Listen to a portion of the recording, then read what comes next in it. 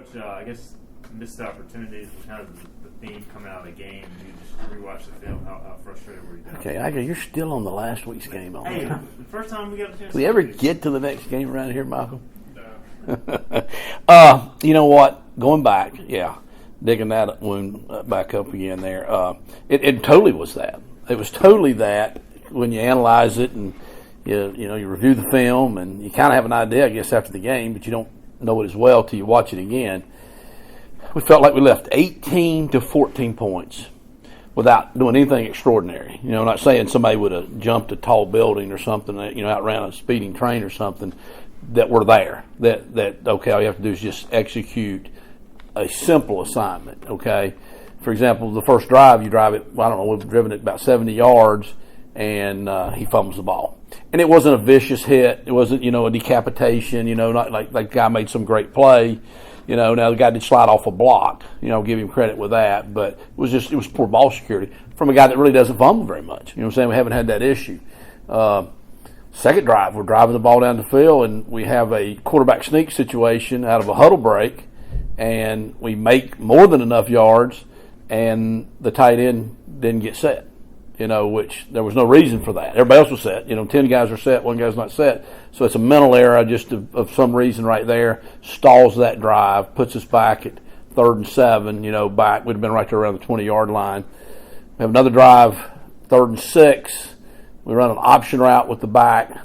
He may not have made the right option, but he was still open, could have hit him on the throw. We scramble.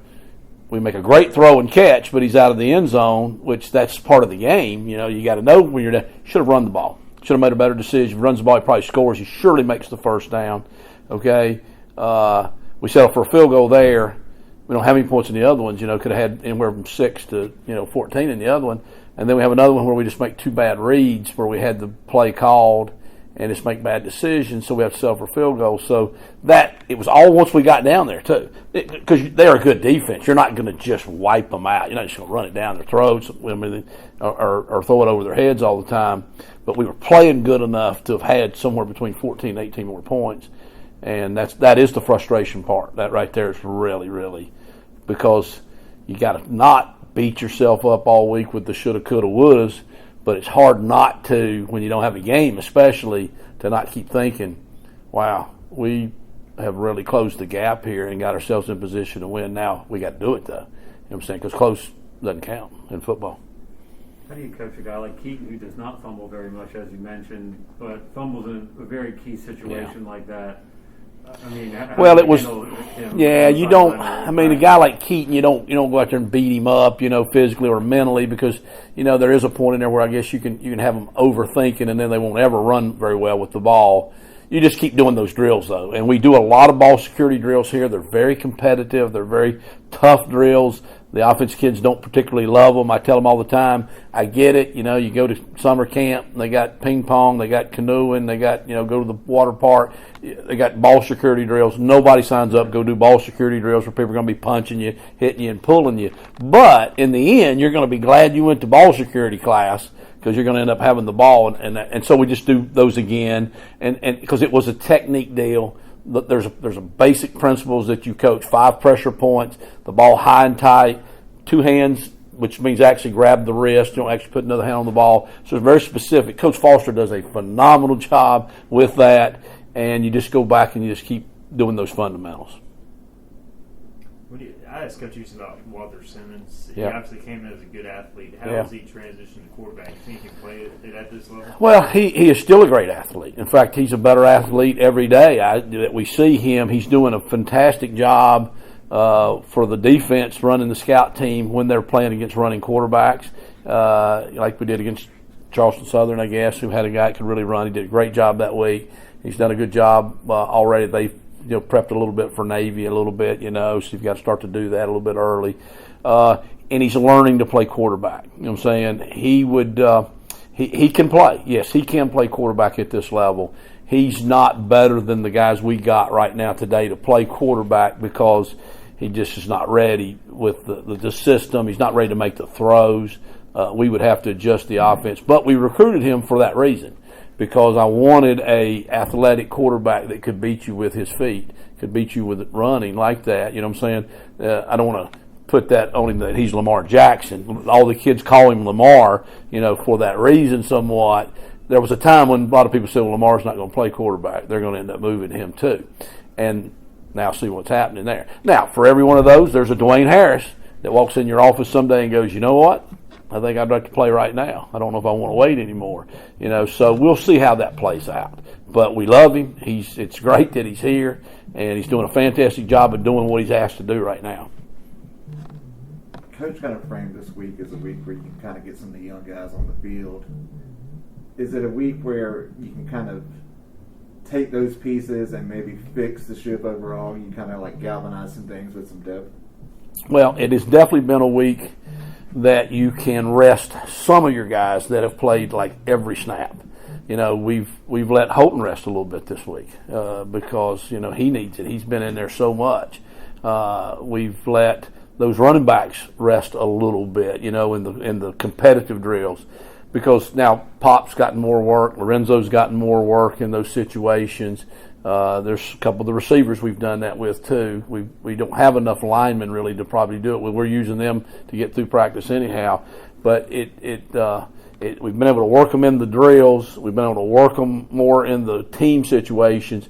And then after every practice, we've had about a 10-play little scrimmage where they've gotten in there, and that's been fantastic to watch that. And then tomorrow we're going to go a lot more. We're going to go as many places we can go tomorrow, just so that they can have some live game action, so a back can run knowing he's going to get tackled live. The guy's got to actually tackle the guy. The receivers know that. The linemen know that. So it has been a good week to do that.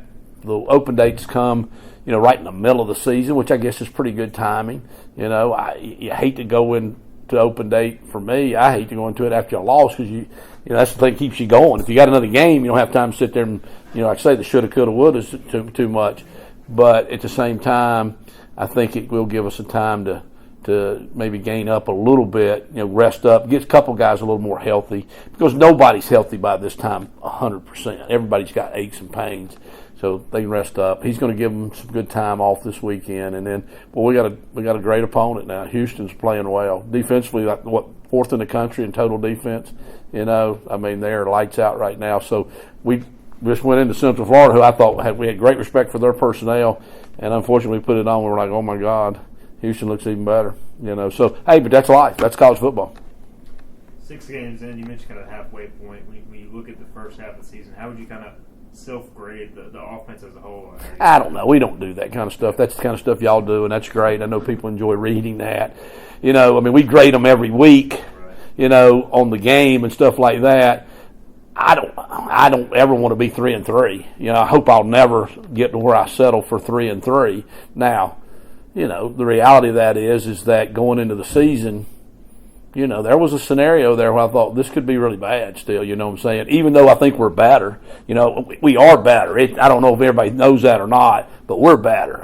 It was 31-7 the last time we went down there at half or something, and this time we should have won the game. We really feel like we should have won the game. We didn't feel like we should have won the game 2 years ago down there. We didn't feel like we should have beat them last year after that game. We said, they're better than we are. We've closed the gap a lot.